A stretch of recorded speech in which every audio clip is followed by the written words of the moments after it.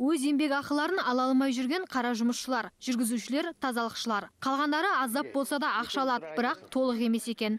Артымызда бала шағамыз бар, алып жүрген кредитіміз бар. Соның бәріне қиыншылық бізге де түсіп тұр. Бізден басқалар да көп алмай жүргендер.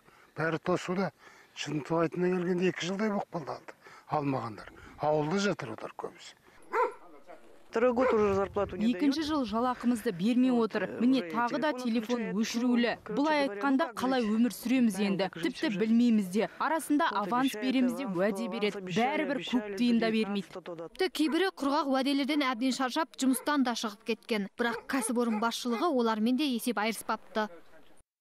Мен осы мекемеде 6 ай істедім. Енді ол 2 жылға дейін істегендер бар, еңбегін алмай жатыр. Сол күні бүгінге дейін әне міне 2 жыл өтіп кетті.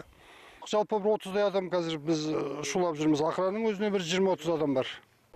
Бүгін қалған жұмысшылар тағы да басшылық әкімшілігінің ғимаратына үлкен үмітпен келді. Алайда ғимаратта механиктен басқа ешкім болмай шықты. Және бұл таң қалатын жағдай емес дейді жұмысшылар. Қарыз салдарынан жылу, жарық, телефон бәрі ажыратылған. Тіпті жұмыс істеу мүмкін емес.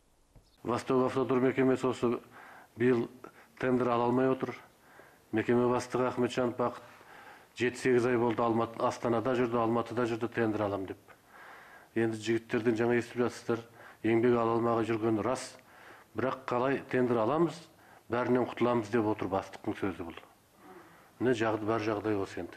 Енді жаңа ғана президент өзі звондады Алматыдан. Міне шудағы әлгі тендерді алуға қол қойып жатырмын деді. Міне жаңа жігіттер куә осында. Алайда жұмысшылар енді құр уәдеге илана алмайды. Егер еңбек ақылары берілмеген жағдайда келесі ретте шағым айтып облыс әкімдігіне баратындарын да айтты.